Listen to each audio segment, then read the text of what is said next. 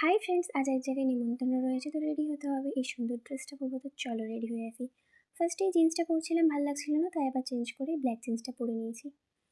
শীতকাল, একটু cream team লাগিয়ে ভালো দেখতে লাগতে হবে, তাই বাচ্চাদের এই বেবি ক্রিমটা ইউজ করছিলাম, দিয়ে চুল আঁচড়াচ্ছিলাম। হট করে আমার মনে পড়লো চুল আঁচড়িয়ে কী হবে, সেই তো টুপি পরতে হবে, তাই ওটা রেখে করে লিপ বাম লাগাচ্ছিলাম।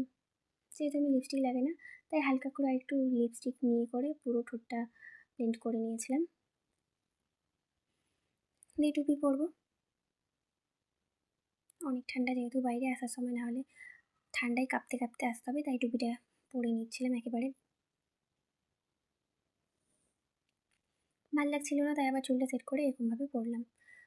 তারপর জুতোর কথা মনে পড়লো, যেহেতু ঘরে জুতো পরতে পারবো না, মা চিল্লাবে। তো দেখো এরকম লাগছে আমাকে।